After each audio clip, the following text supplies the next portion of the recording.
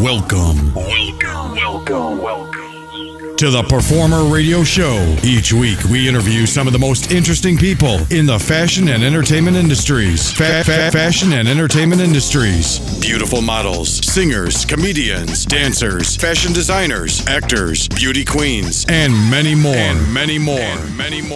Right here on the Performer Radio Show.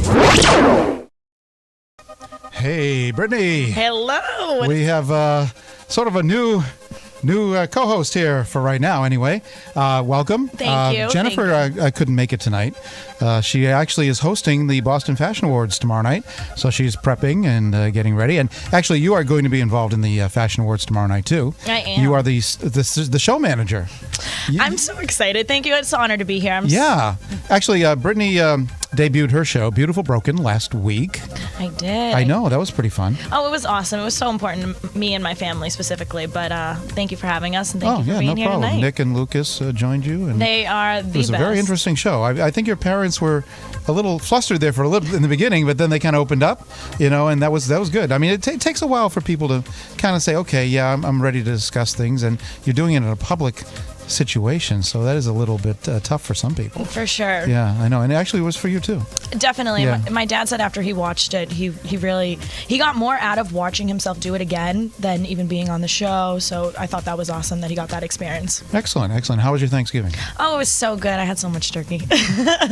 Well, from what you told me, it was sort of like a healing moment for you guys too. You did that right before Thanksgiving. Mm-hmm. So, and it sounded to me like you had a lot to be thankful for now. Considering the past and everything. So that's great. So the next show is the 17th, right? Right. Yes. Right. So it's December 17th. Got to tune in. It's a Tuesday night at 8 p.m. So that's definitely a must see for that week. Actually, that week we get a full schedule that week from right before Christmas, and then we're off for a couple of weeks until January 2020. Can you believe that? I'm ready for it. I feel like it's my year. I don't think the Patriots are ready for it. I know you're a sports fan. You work with Nesson. I do. And I know Bruins and Red Sox are actually own Nesson. Mm-hmm. But I'm sure most everyone in the area is a Patriots fan. Most everyone, not everybody. But I think we're all crying on Sunday night. Yeah, that was a tough one. But So you are a big sports fan too. I am, of course. I saw you by the Bruins game the other night, and it's like, yeah, they're lucky. I mean, I know. It's good to be for you. there. It's every day. It's like, yeah, okay, it's another day at the office, right? Sometimes, but I mean, you just can't. Being in an arena with 30,000 people, right? That never gets old. That just doesn't. That energy is electric. True. Especially Boston fans. Come on, they're the best fans around. Either they love you or they hate you. Yes. So there's always something exciting going on. But they're passionate either way. Either they hate you and you're very scared, or they love you and they're beers going everywhere. You're hugging each other. There's things happening. Right. Actually, I think Jennifer was at the Bruins game last night too. So Brittany Baldy was there too. Oh, they were all there. I know. I never get to go. I think Brittany's going to be at a game tomorrow night too. The other okay. Brittany Baldy. Yes. Yeah, probably. You get to go to games all the time, so it's nothing to you. All right, so coming up again, the Fashion Awards tomorrow. Mm-hmm. Next week, we got actually Brittany Baldy and Boss Babes. The show got postponed with Taylor Higgins, one of your friends. One of my great friends. She's the best. And that got postponed to next Monday. So we're going to have a back-to-back Boss Babes, back-to-back Mondays. Usually they skip a Monday. Right. So we're going to have back-to-back Mondays with the Boss Babes starting next Monday at 8 o'clock on, that's the 9th, I believe. Mm-hmm. And then again on the 16th. So Brittany's everywhere for me. I call you Brittany too now. I know, I'm like, we're B squared. B squared. Oh, I like that. B squared. That's cute. What's coming up? You done your Christmas shopping yet? I have not. I haven't even started, honestly. After Thanksgiving, I like to give myself like a little break, and then we'll get into it. You didn't do any Black Friday shopping? Funny story about that. Do you know IKEA doesn't do Black Friday? Really? Well, they're Swedish. I don't know if that has anything to do with it. I was ready. So I took the day off to go Black Friday shopping, but more around like 10 o'clock. And I end up walking into IKEA thinking it was going to be a swarm of animals. And there's probably like 4 cars in the whole parking lot. And IKEA? Mm-hmm. Well, wow, that is surprising. But, I mean, you can get not the sales, but the bargains at any time. Then. Yeah, but I asked the cashier, and she said, well, we don't do Black Friday, so why would people come here? And I said, that's a good point. Well, if they have money to spend. And that would be the best time to come there if you don't want to deal with crowds. Oh, yeah, the lines there are if you were insane. smart enough, and it's like, I'm not going to deal with the crowds. Same price anyway, I'll go then. You do Black Friday? Online. I think there was a few bargains I picked up, and I was like, I'm not stupid. I'm going to buy them. I bought a mattress. Oh, there you go. Yeah, I bought a mattress online. I wasn't thinking about that, but my brother was telling me about this place, and I was like, oh, and I went and checked out his bed, and I was like, oh, not bad. And they had a Black Friday sale, so I got it for 20% off what he paid for. You laid on your brother's bed and liked it? You're a funny girl. All right, we were cracking up earlier when we were prepping for the Fashion Awards too, so I'm getting to know your sense of humor, which is quite nice. I enjoyed it. Oh, good. Yes. That makes me happy. And we've got we got a lot of work to do between now and I probably won't be sleeping tonight. You're a busy man. I already have missed dinner. Literally. Because, yes, I know. We were just about to sit down to dinner, then everything started happening, and so I was like, okay, I miss. Every time you walked away from your phone, it was like ding, ding, ding, ding, yes, ding. It still is right now, but I got it on silent. So that's how it is when you produce a show like that. People should check it out. Tomorrow night it's going to be at the Terrell Room in Quincy, starting at 7:30 p.m. If you go to bostonfashionawards.com, that's where you find out all the information about it. All the beautiful people from Boston, minus me. Yes. Well, I tell you something. I work so hard at these events. I never have time to change. And people ask, what you see me right now, how you see me right now, is how I'll be tomorrow night. Even though I bring a suit every year, hoping that there will be enough time for me to change. But this is authentically you, and that's what's awesome about it. You're not being anybody else. What you see is what you get. Well, I'm a behind-the-scenes person, except for right now. This is the only time a camera is on me, usually. And actually, my Brian Pitcher, who fills in on a few other shows, he's always saying it's hard to get Mike on camera, but technically I'm on camera every week. I know. So this is where you get me on camera, pretty much. All right, we're going to take a quick break, and right after this, tonight's show.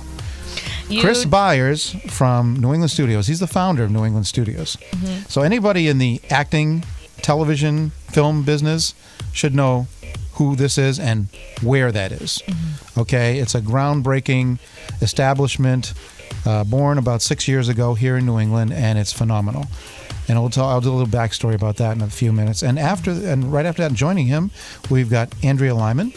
Andrea was recently elected president of the Screen Actors Guild and the American Federation of Television Radio Artists here in New England. Okay, the New England chapter. And New England's been really, really kicking it. Oh my gosh. So we're going to talk a lot about the business tonight. So if you're in the industry, want to be in the industry, stay tuned and pick up some pointers and some information. Yeah, Mike, and let me just say I had some moments with Andrea and Chris before this, and they are fascinating. You do not want to miss out on what they have to say because it's going to be good. Listen to the girl. Okay, she knows what she's talking about. All right, we're going to take a quick break, and right after that, we'll be back with Chris Byers from New England Studios.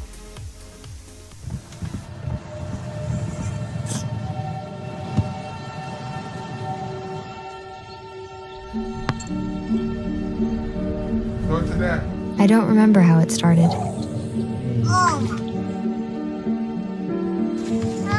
Our back and forth.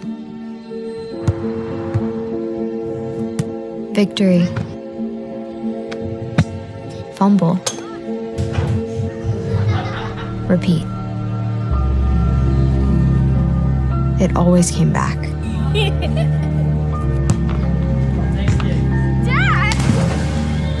Okay, here we go, throw it! Yeah. You probably don't remember what you told me, That was perfect. but I heard every word. Nice.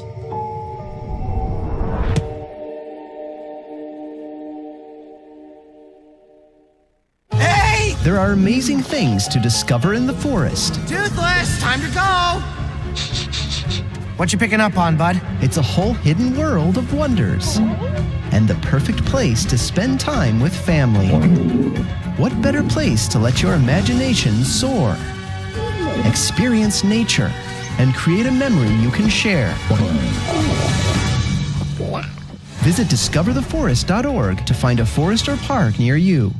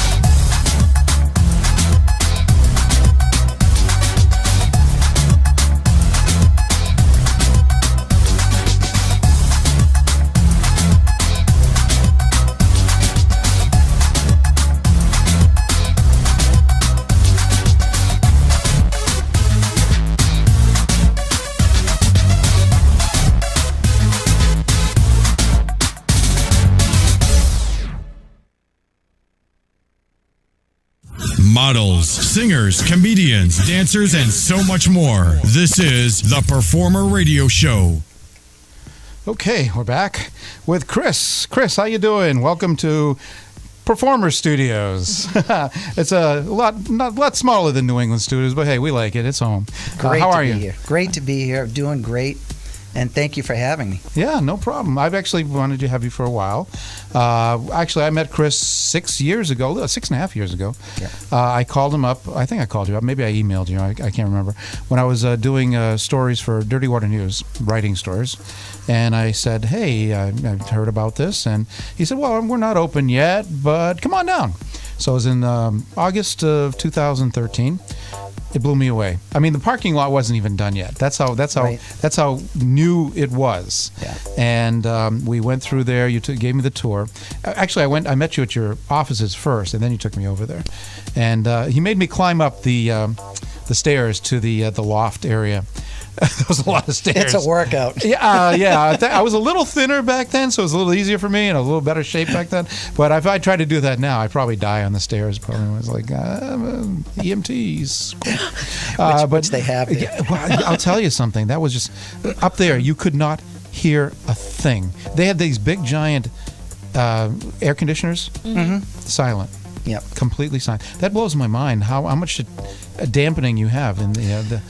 Yeah, that was one of the things that we really sort of buckled down on is, they have a rating for sound, and ours exceeded what the standard was, which was great. And you walk in there, and it's almost a little bit uncomfortable to your ears because it is so quiet, and you're not used to having no noise. There's always some kind of noise around you. But in there, it's pretty quiet. Yeah, and you have this huge room that you're standing in, and nothing echoes. No. Nothing at all. It's so surreal. And now you have 4 fairly decent-sized sound stages. Correct. But when you open up the doors, all of them come together. How long is that when you open up all the doors and they all connect to each other? So it's probably close to 500 feet.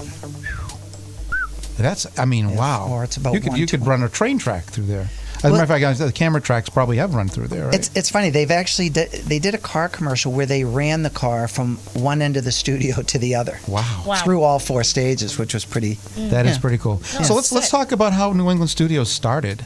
You were actually in LA for quite a while. Yeah, I'm still between here and LA. I mean, LA is still where the business starts and comes from, so it's always important to keep those contacts very fresh. And there's also a huge turnover in Hollywood at that level because the business is expanding so fast. People are moving to different companies constantly now, so you constantly have to be updating yourself in everybody's Rolodex. How did it start? I was actually coming back here I was helping produce a film, and we wanted to shoot it in Massachusetts. I wanted to come home and, do the hometown thing. And we came and we scouted. The film got put on hold for a little while. And in that interim, I sort of checked out how much production was going on here. And not only that, but the support systems in place in Massachusetts, honestly, it blew me away. I couldn't believe how much crew there was. And, Massachusetts is a small state, but there's a lot of TV stations. There's PBS, there's Nesson. I mean, there's a lot of filming going on that you don't really even think about. So all the support systems were there. And then there were 2 other groups that were trying to build studios at the time. And I made mention to somebody that I didn't think those were realistic, and just in my opinion. One of them was Plymouth Rock. Right? That's correct, and then another one was at Weymouth. Right, the Weymouth Naval Air Base. Right, and they had grand plans, and they were and would have been exciting, but somebody basically just said, "Well, if you think you know so much, then why don't you build studios?" And it really wasn't. It wasn't my thing, man. But I did a lot of work. I built a business plan and a performer, and then I found an investor group, and studios got built. So, And let's say how much it was. How much did it cost to build that studio? I honestly don't. I know it's north of $100 million. Oh gosh, no. I mean, No? we're talking somewhere in the vicinity, in between 27 and 35 million. Oh, that's not. How come I heard $100 million? I don't know. I think that was your future plans then, wasn't it? At that time, 'Cause I remember you wanted to expand within a few years if possible. Yes. I think you had an 8 to 10 year plan. Yes, which you're that's still in the middle of. Yeah. We're actually, I mean, the studio has really been running effectively for about 3 years now. The first year was a little slow because we had tax credit issues and things to that nature, and then everything sort of solidified. We got business in there, and it's nonstop now, which is fantastic. Sort of what you plan on. Oh, that's great. So you technically opened in September of 2013. So it's been taking a little while to ramp it up, and I understand that. Yeah. Same thing happened here. We've been here for this location for 2 years now. Right. And it takes a while for people to get to know things and understand what you're doing, what direction you're going in. And I suppose that's the same for you, right? You've had a lot, because during that time we still had a lot of productions coming to New England. But they were exteriors mostly, right? At that time? It wasn't even so much that. You've got to, whenever you build a studio, and I've heard the same thing from other people who have built studios, you've got to get your first client in there. And once you get your first client in there, then all the questions about distance and time and whatever other questions come up, they all evaporate.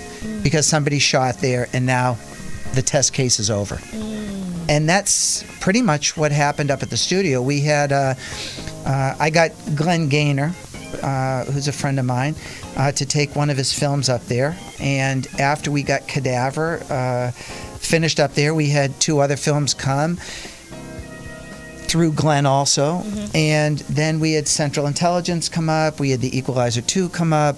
And then the next year, I think, or about a year later, fortunate enough, I had a great conversation with Robin Sweet, and her and I kept trying to figure out how to get a show that she had coming, and she wanted to do it in Massachusetts. So we worked, and finally Castle Rock appeared. Wow. And that was the first television series that shot here in, I think, over 30 years. Wow. So we were That's very amazing. fortunate. That's totally amazing. I'm just sitting here in Very awe good. over here. Let's say that's a Stephen King TV show. And not only Yes. Stephen King, but J.J. Abrams. I mean, J.J. there's Abrams, not, right. better groups in the industry. I mean, we were so fortunate to be Wow. able to have that crew of people come in. Yeah. And this is the second season now that they're in. That's correct. And I think they're expecting a third now. Excellent. And Yep. that's on Hulu, folks, if you saw the graphic before that. And it's been very popular, too, especially in this area. Yep. Now, that actually, Castle Rock is up in Maine, right? That's what he writes about. Yeah, He everything- writes about Maine. Everything's in Maine. That's right. Everything he bases off of his experiences from where he's from, which is interesting. That's cool. So, over the past, maybe 3 or 4 years, things have really started to ramp up. You've done everything from music videos to commercials to television shows to full feature movies now. That's correct. And how do you go about your marketing in order to get the studios to come here and use it? Actually, let me say, you're not just a studio. You have production equipment, too. You go to locations and everything else. So they're everything there. Well, so it's one-stop shopping if you're in this film industry, correct? Yeah, and the grip and electric is probably the more important piece to the studio, because that's the real center for our profits really are based off of grip and electric. I mean, the studio does great, but the bread and butter is the grip and electric. Oh, And, there you go. yeah. And you've got like all these support buildings behind that. You got where you can build sets and things like that. I mean, that's fantastic. I remember when I first went down there and took a look. Eventually, you were trying to get a back lot kind of set up, things like that. Yep. Let me ask you a question. Okay, Sure. You're in Fort Devens. You were what used to be part of Fort Devens, correct? Yes, that's correct. Tyler Perry did the same thing down in Atlanta, Georgia. Yes. He took an old military base, Yep. turned it into Tyler Perry Studios. Yes. Which is phenomenal. The first time I saw it, I was like, wow, that's exactly what Chris did. Yeah. Oh yeah, he has totally different support than we have. Yeah, I mean, granted. but I mean, he's created a massive empire there. I know. I mean, he is he has killed it. I mean, proud of him, good for him. Of all places, I saw an Architectural Digest video where they went down there and they did an interview with him, and he took them all around and it was fantastic, absolutely phenomenal. Yep. And he was so proud of it. He should be. Yeah, he should be. I saw Will Smith's video about the behind the scenes that night too. Fantastic. Great also. guy. Yeah, I get a whole Will Smith story I can tell you some other time. When I brought him up to Boston back in the 1987 from Philadelphia. For Philadelphia, born and raised, that's where he was from. That's a different thing altogether, but yes, he is a great guy. Yeah. I spent a lot of time with him back then. Okay, so we're going to take a little break and show a clip of New England Studios, a little bit of overview and somewhat of an inside view as well. Okay, so we'll be right back right after this.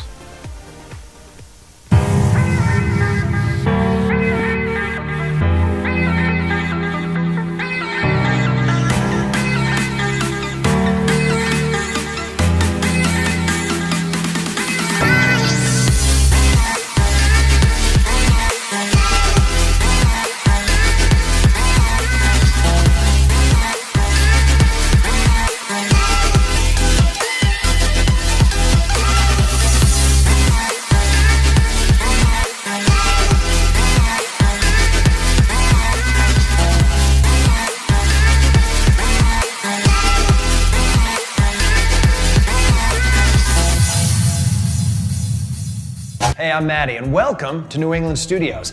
I'm here today to bring you on a personalized tour of this incredible movie and television production studio.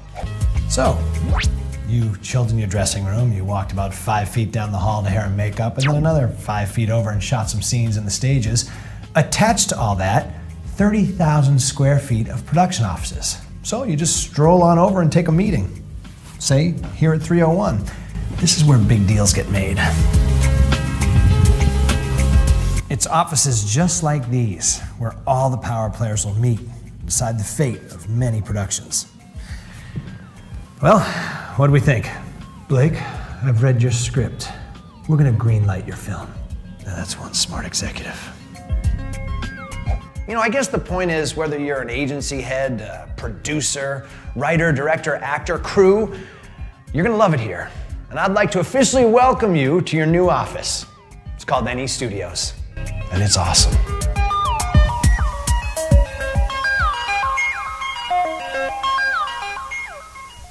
That is beautiful. Yeah, wow. Like, Boy, are that's you kidding a nice me? looking studio. Oh, Looks so good. Oh my Are you talking about my Lanta. studio?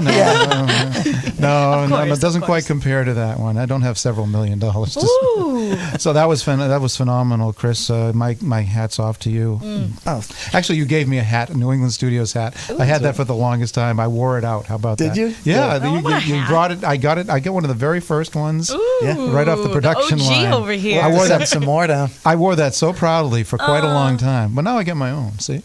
Chris was just telling me why his studio stands out, and it's just want to go into detail on why yours stands out over everyone else's. Well, yeah, and not to sound braggish, but Please brag, because I love when people are proud about their creations. But what the reality is I had 20 plus years of being inside the studios, working inside the studios. So when you do that, you start understanding and knowing deficits and what works and what doesn't work, and what the future is coming inside the business. So we have become a very tech-oriented business. So I had the foresight for the tech part of it, which, you know, through learning through a lot of other people, we incorporated all of the bad stuff out of the studio and had the ability, because we were starting from the ground up, to incorporate all of the positive things like Insequil and a soundproof, what they call a silent floor, and you know, the way that it was designed with the vaulted roofs and the ability to hang anything off the premise. So we just had a lot of insight to make things better than the studios that were built 50 and 60 and 90 years ago. Yeah, so some of those old Hollywood studios Totally are makes relics compared to what you've got there. They are, you know? but they still work and they're still great. Yeah, but they've updated them over the years, I'm assuming. A little bit. 'Cause, yeah, they have to. The equipment's have been updated. I Chris. mean, yeah, I mean, the Chris is a structure's funny still guy. there. The structure's still there. So, and one thing I noticed when I went through there the first time, actually the only time, no, I was there twice. You're very actor friendly. You have beautiful green rooms, makeup rooms, support facilities for the internet, all this high tech stuff. So you're not just friendly for the people producing, but you're also friendly for the cast and crew too. Well, that was all That's a part. important. Yeah, that was all a part of it, because here's the reality: is we are still a location. Even though we're a studio, Hollywood comes here. Hollywood shoots their films here, shoots their series here. So we want, when people go back to Hollywood or go back to New York or go back to London, we want them to say, "Hey, mate, why don't you do it like this?" Or, why hasn't you have green rooms attached to the studio? Whatever the case may be, we want them comfortable. We want them to relish their time here. And I think we have done a fairly decent job. Yeah. Yeah, I would definitely. say so. Now, speaking of green rooms, you might find our next guest in a green room once in a while. Her name is Andrea Lyman. Andrea, welcome to Performer. Hi. How are you? There she is. She's been sitting there. Hi. She's been sitting there listening intensely to all the conversation here. Now, Andrea, you are a singer, actress, all that good stuff. Yep. You got a very impressive resume, which I had in front of me. Now I don't have it anymore. I have it. But I have yes, it. Brittany's on top of things. Good I'm not. stuff over here, There you Andrea. go. Good stuff. But also now you've been recently elected as the president of the Screen Actors Guild. Local New England local president There you go. of SAG-AFTRA. There you go. But that's a pretty big deal when you consider, look at all the things that are going on in New England and Boston and everything else. It's pretty exciting. Isn't it? Yes. I mean, seriously. I mean, you look at the list from the film office, the Massachusetts Film Office, and you can see how many films and productions, big ones, television shows, movies, are being shot here. Yep. I was actually lucky enough to work all summer on various projects, but one of them I worked a lot on was Chris's, not his project, but at his studios for Castle Rock. There you go. And then a little bit also Defending Jacob, which was there. Oh, wow, that's fantastic. Yeah. And what's the vibe? I mean, you talk to these actors all the time. And because I'm one of them. Yeah, because you're one of them. I suppose, yeah, you're like a player coach in sports. Right. But how is it? Are they more optimistic now?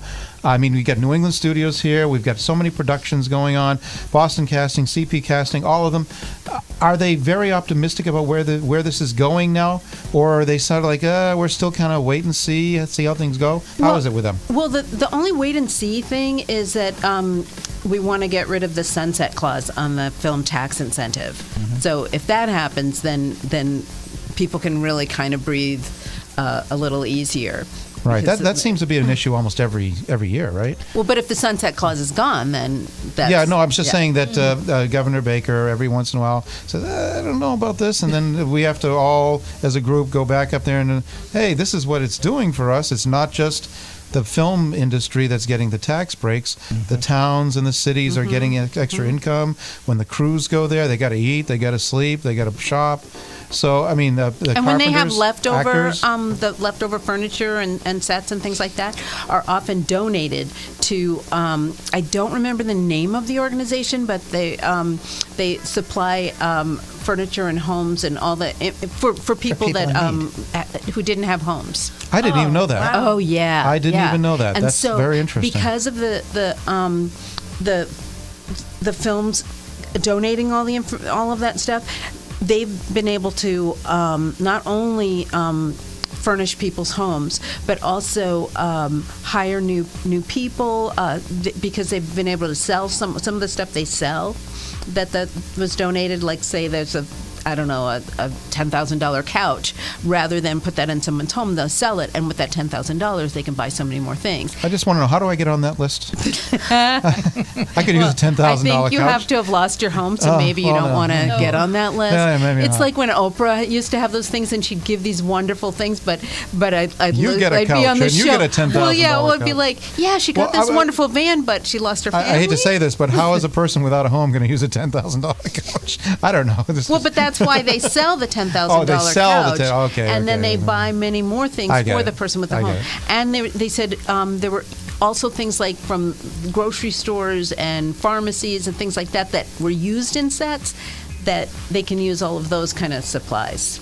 So when you took over, were you knowledgeable about what the job was gonna be like, or Yeah, did you I've been on the board for a number of Okay, years, okay. and I've been the chair of the SAG-AFTRA Conservatory. That's where we have workshops, usually about once a month for our members, and they'll be on all kinds of things. It'll be on acting, it'll be on voiceovers, it'll be on what happens on a set, all kinds of things that you can think of that would be of interest to actors. Even things like, actor-adjacent day jobs. Like, your day job doesn't have to be totally out of the industry. It can be something that's within the industry or within acting and all of that. I think in this area, a lot of them do have day jobs or night jobs, depending on what your preference is. It's not an industry where you can probably support yourself 24/7. Not yet. I'm talking about not the upper echelon. I'm talking about the lower, maybe Like if 90%. I wanted to start. Yeah. Well, I mean, it just depends. I mean, some people support themselves fully on the acting, and some people have day jobs. It's a mix. It's all over the place. And you were talking about you wanted to get into the industry. Oh yeah, I have so many questions. Yeah. I love. So I've been in some commercials that are really, really small, and I had a friend who actually just moved out to LA because he wants to be a director. So to be sitting next to you two is so interesting because I just want to know all the juice. So how would one start if I wanted to join this union? Can I just sign up, or is it do you get elected or? Yeah, so there's a couple of ways. Like, one of the ways is that if you get a principal role in a union film, then you are eligible to join the union. Another way some people do is do background work. If you get if you do it but it's not just background work. You have to get a union voucher, so it's a union job, and you fit a category that they didn't have within the union, and then you get 3 vouchers, and then you're eligible to join. Wow. But just because you're eligible to join doesn't necessarily mean you should jump right in. It depends on what your goals are and what you plan to do. So if you're a novice, you might want to hang back a little bit and get a lot of non-union jobs and principal roles and build it up, because once you're build in up the the union, resume and also your knowledge too of the industry. yeah, right? because once you've joined the union, then you are automatically competing with the Elite. upper. Yeah, I guess. I mean, I have a question. Yeah, go. This is for you, Andreas. I know years ago, a lot of the people used to get brought in. Now, over the last few years, how have the roles changed for the local actors compared to 5 years ago?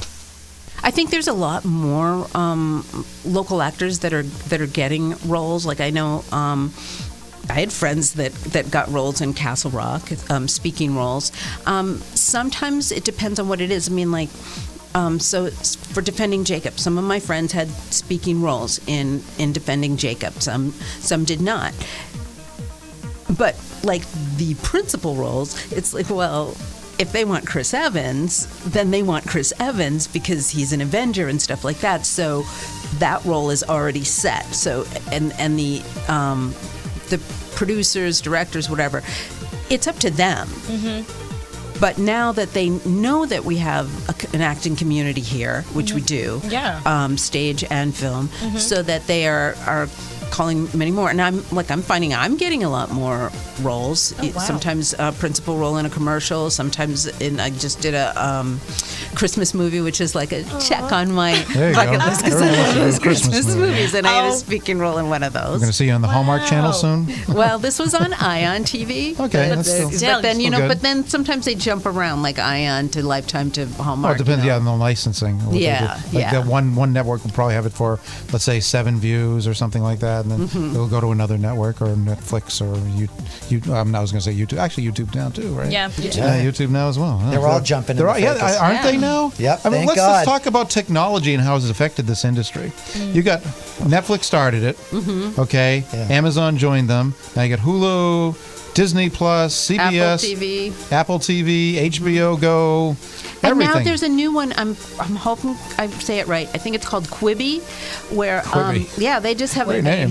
So they just had a series, and I actually worked a day on this one, where it's 10. Each episode is 10 minutes, and they're designed for people to be watching on their phone when they're on the subway, on their commute. Oh yeah, that's pretty much Jeez, brilliant. there goes all human connection. Yeah, well, I mean, that's what they're doing on YouTube now anyway. Oh, yeah. I think what you're saying is they're just kind of corralling it and making it a little bit more manageable in terms of content. Like, okay, yeah, we're going to throw out the crap, but we're going to keep the good stuff. Well, that type. Well, I'm hoping that's what the case is. I think what you're seeing now is the content makers are getting smarter. So they realize that you don't just want to go to an audience. There's 30 or 40 different audiences that you can really have significant value to.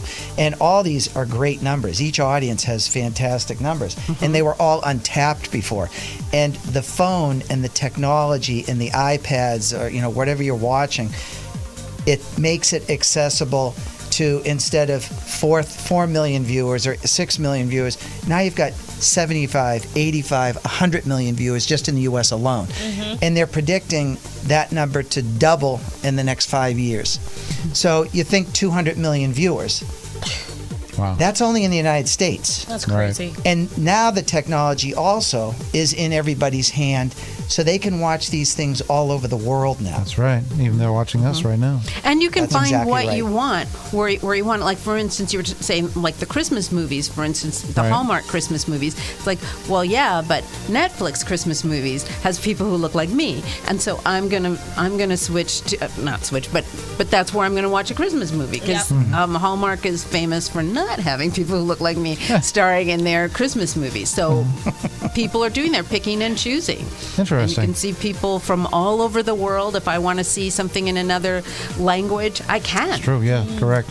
They've gotten a lot better with trying to be more worldwide with with productions these days, aren't they? As a matter of fact, many movies release worldwide now, whereas they didn't used to in the past because they physically had to send out.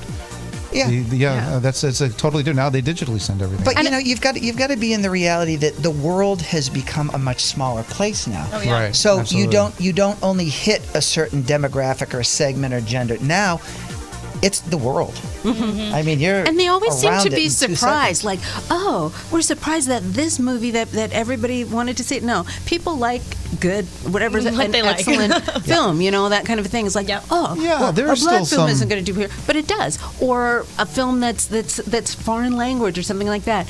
Well, foreign to who? I remember we were at the. And if it's a good movie, we're going to watch it. We were at the mass definitely. media. We were at the Mass Media Expo maybe about a year ago, and one of the presentations talked about a couple of films that they released worldwide, and they didn't do that well in the United States, but they did amazing in China.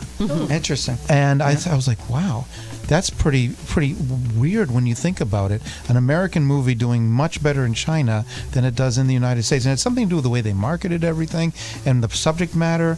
I can't remember the name of the movie, and I think it was a marketing company that was based in Boston, right in Copley Square. I can't remember the name of it off the top of my head.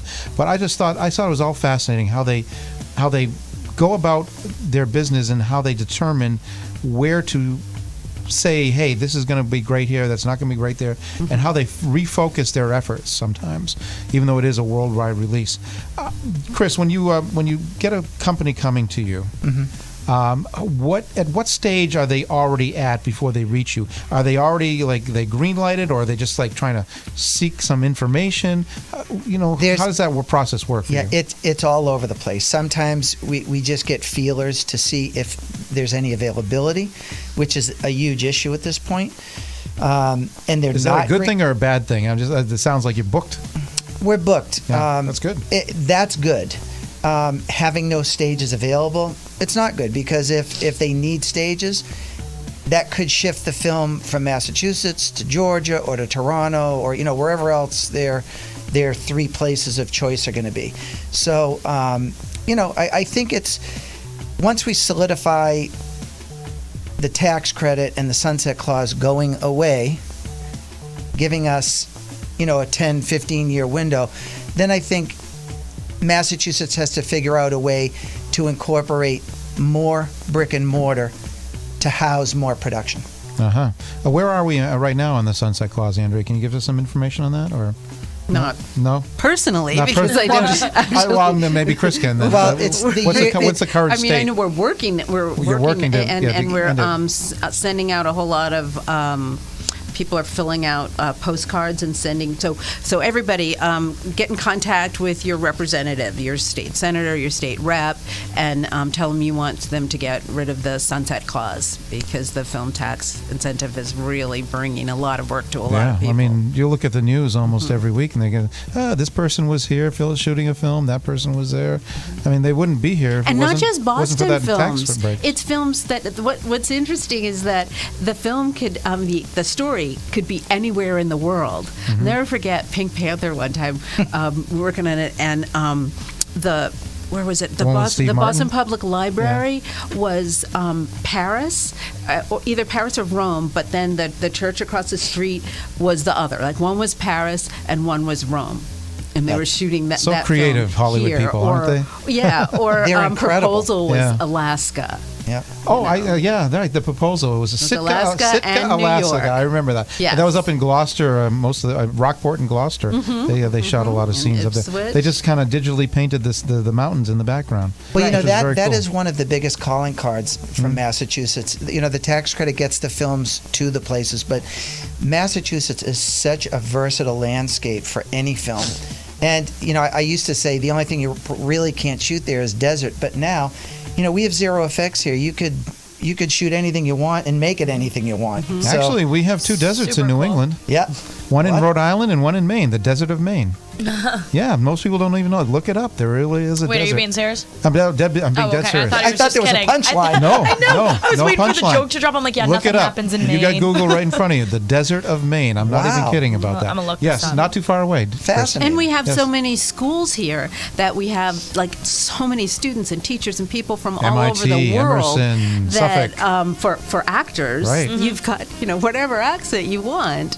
Oh yeah. There's somebody from there that, because people think only the Boston accent. Well, that's not true. I mean, of course, we got the Boston accent, but we also have people from all over the world. If you're a good that are actor, that studying doesn't here matter, and right? acting. Well, I meant, Yeah. yeah, but people just think, oh, Boston and South Boston, and they don't realize when you're doing the thing that, say, Bride Wars, that's New York. Mm-hmm. The other actors that are in it are from Massachusetts, and they are doing the New York accent. Isn't that interesting, It's huh? not just the Boston. We get a lot of accent, it's the British Boston actors accent. coming over here for productions too. I've noticed that. They seem to like coming over here, and of course they don't sound British in a lot of the films, but they seem to like picking them from over there to come on. Hey, come on over to Boston. I think the British love Boston to begin with. And we visiting. also have Boston actors that do British accents. of course. I mean, I play Brits. Oh, do you on really? stage Can you do an accent?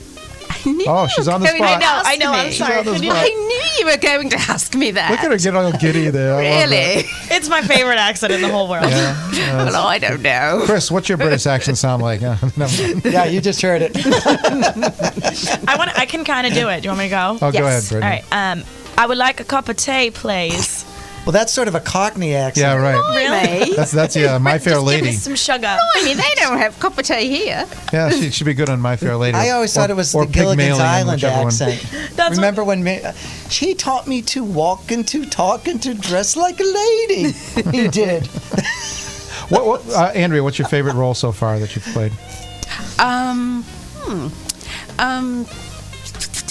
I actually think Tuptim. I played Tuptim. I mean, that was on stage, but it was Tuptim and King and I. I played the palace. There you go. It was a I mean, palace okay, theater. you've done stage, you've done film, you've done television, you've done it all. And you know, which do you I think- prefer? How about that? See, that's a Yeah. tough one for. Well, I love singing, so I have my own show that I sing, and I Oh, get to okay. sing whatever songs I So you want. prefer I sing stage? show tunes. Because you can't sing much in many other venues. I mean, Yeah, you can sing on well, I mean, film. yeah. I mean, musicals are coming back, but stage is usually mostly Right. musical. That's right, what I'm but then you just sing differently. If it's for film, then you're going to be singing it a little softer. It won't be as big. Love her voice. That kind Very of nice. way. You Actually, should you do went lullabies. to was it New England Conservatory of Music? Boston Conservatory. Boston Conservatory. Wow. Okay, so Boston Boys. Conservatory of Oh Music. wait, now it's Boston Conservatory at Berkeley. Oh, dropping the Berkeley mic. Because they merged. Right. That's great. That's awesome. And what's your background, Chris? Did you study to be in the film industry, or just Absolutely not. Yeah, just It was here a I am, total- Hollywood. Total mistake. I was a total goofball. I was playing ice hockey before that, and I was up in Vancouver, and I got an injury. I had to retire. Really, before I got to do what I wanted to do. And I went down to visit my brother in Hollywood, and I went to watch a commercial that they were creating. Because anybody would. I mean, anybody wanted to see how you do things in Hollywood. And after 2 18-hour days sitting in, one place, I literally looked at my brother and go, why would anybody want to do this? This is ridiculous. And then I ended up doing a show, a couple months later, and then another show, and then it just kept going and going, and here we are. Here you are, years later. Now, did you act in the show, or what did you do? No, I didn't act in that. So I started out just sort of as a general PA, and then I told them I wanted to do more than that. So because I had too much energy just to sit around and be a parrot on a walkie-talkie. That's what I felt like. And I didn't know what a real PA did at that point. I was just parroting commands. So from there, I just started learning the grip and the electric, and I really wanted to know all of the different crafts, because what really interested me is potentially producing. And to be a producer, you had to really know how to budget, and really understand what each craft needed and how they worked. So the second show I did, the stunt guy got injured. The stunt coordinator came over to me and goes, didn't you used to play ice hockey? And I go, yeah. He goes, can you do these stunts?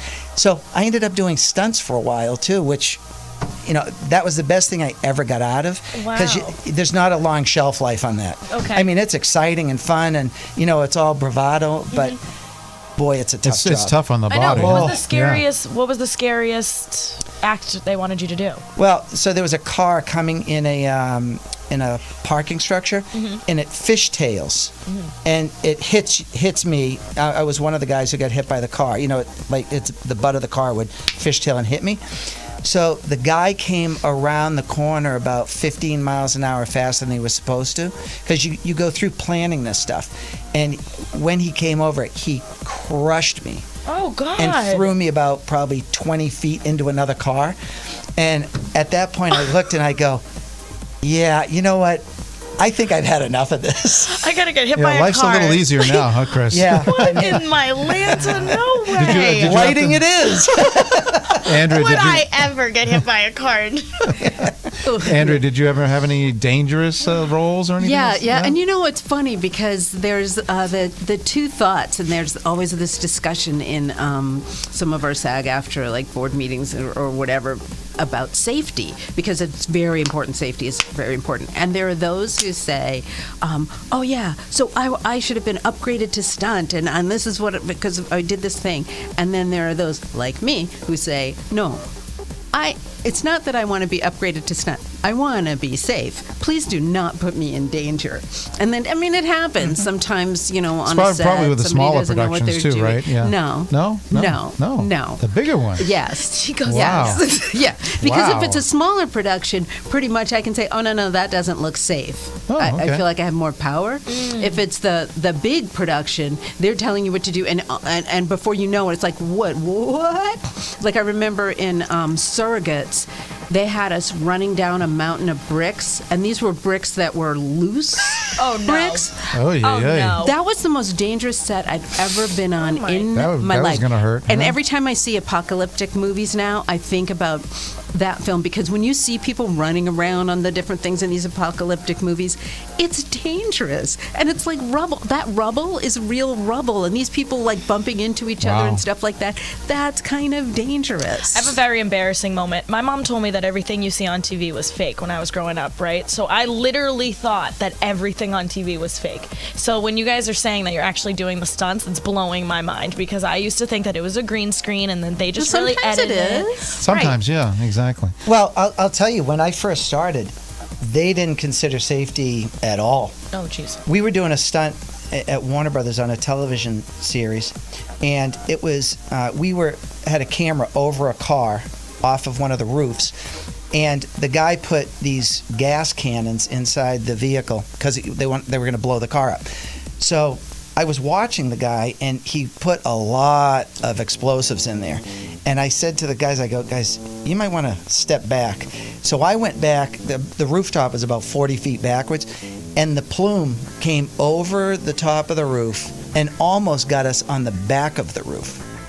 So The industry has gotten way safer over the years. Yeah, over the years, right? And you know what? I mean, I think all of the unions also have made it safe. Like that's their thing now. I know with SAG-AFTRA, it's a big deal, and so they will have people come onto the set and check it out. Or if somebody calls and says, "Hey, I think this doesn't look safe," and it's happening, and somebody will come in and say, "Hey." Yeah, so I was going to ask that question too. What if the unions? How much power do the unions have or oversee some of these productions for safety and things like that? So you just explained that. Yeah. Yeah. They'll come in and say that's like there's a lot of reasons like you might want to join a union, but one of the biggest is safety. Another is getting your paycheck on time, and another is basically it's your lawyer. Yeah. So somebody's going to do something. Somebody's going to, a producer's doing something they shouldn't do or whatever. Your union can protect you on that, and they can do it. That's so you great. don't have to. I don't have to say to the producer, "Hey, you said this, and you're kind of cheating me on this on my contract." It's like that Big Brother kind of. Yeah. So funny because speaking of that, actually, that's a good segue for this next video. Quick little video about if you didn't know what SAG-AFTRA was, you're going to find out right now from the horse's mouth, so to speak. Some members of SAG. You calling me a horse? No, not you. You're a show horse. How's that? You're one of those beautiful stallions. Stallion white. Okay, right here. We're going to show this video. We'll be right back.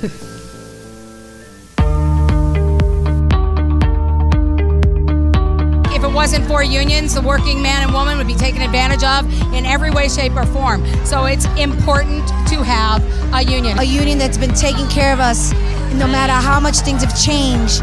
They're still there for us. It's fantastic because it's protection and it's also being part of a community and part of a family. You are under a remarkably caring umbrella.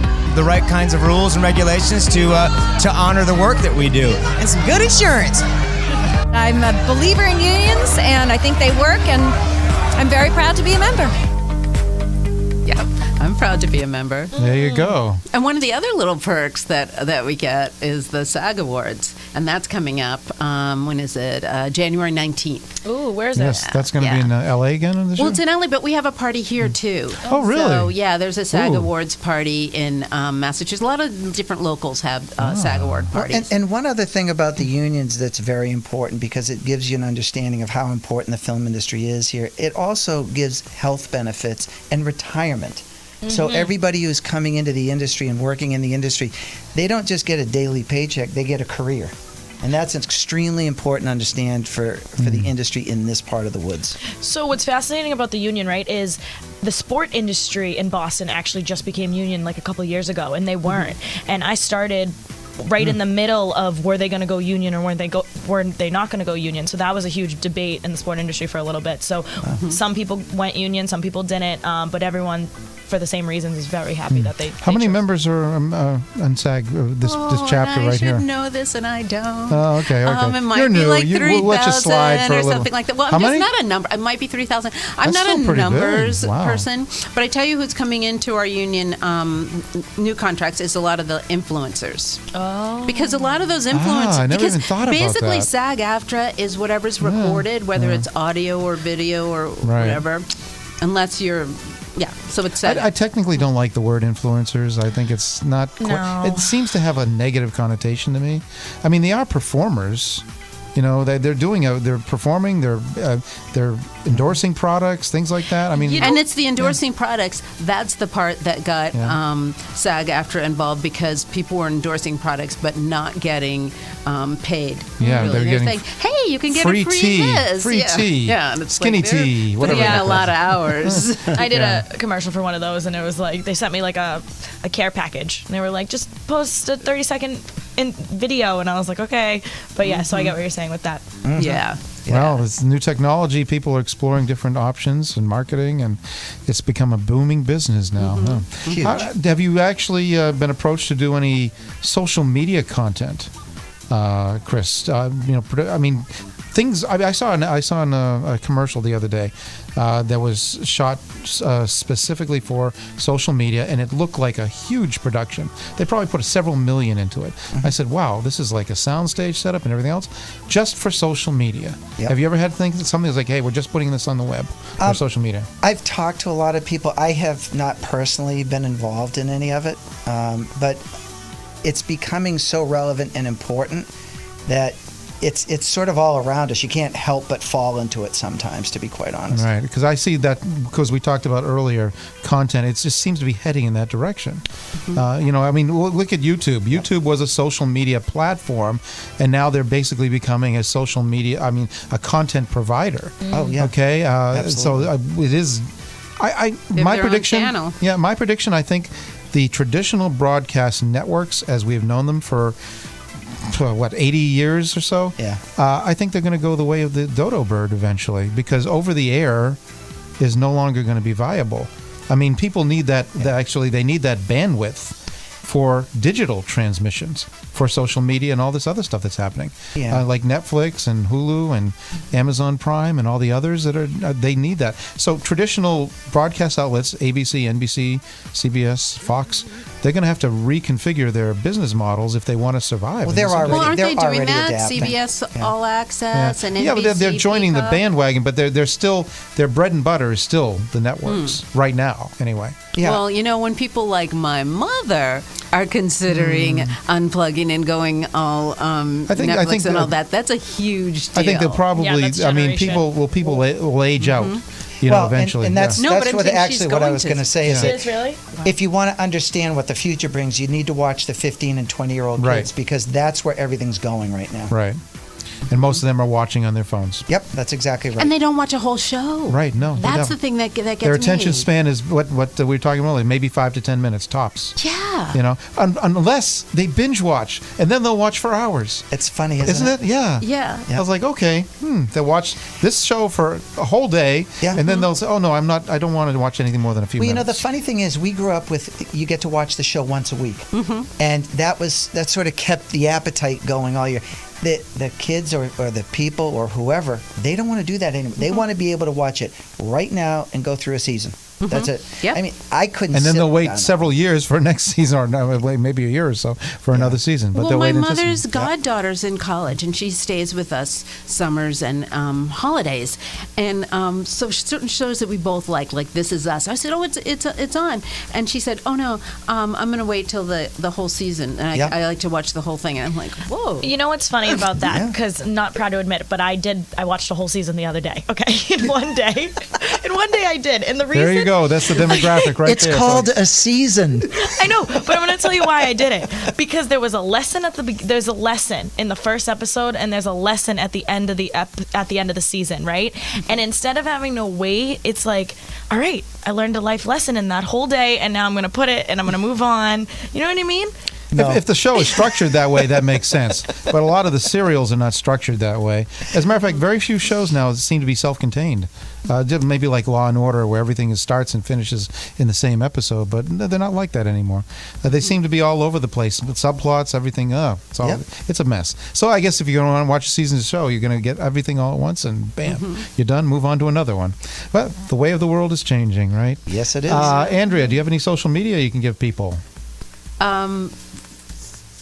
Do you mean like my... whatever, I'm on Facebook, I'm on Instagram, and not really on Twitter. Okay, all right. What about you, Chris? What do you want to share? Facebook, LinkedIn, IMDb.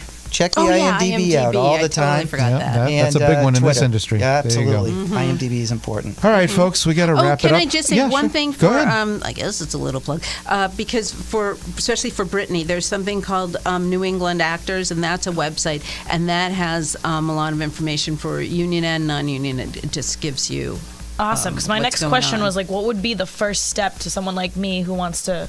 Taking classes. Okay. Yeah. Okay. We got to wrap it up, folks. We'll be back next week. And don't forget the Boston Fashion Awards tomorrow night. See you later, folks. Thank you. Thank you.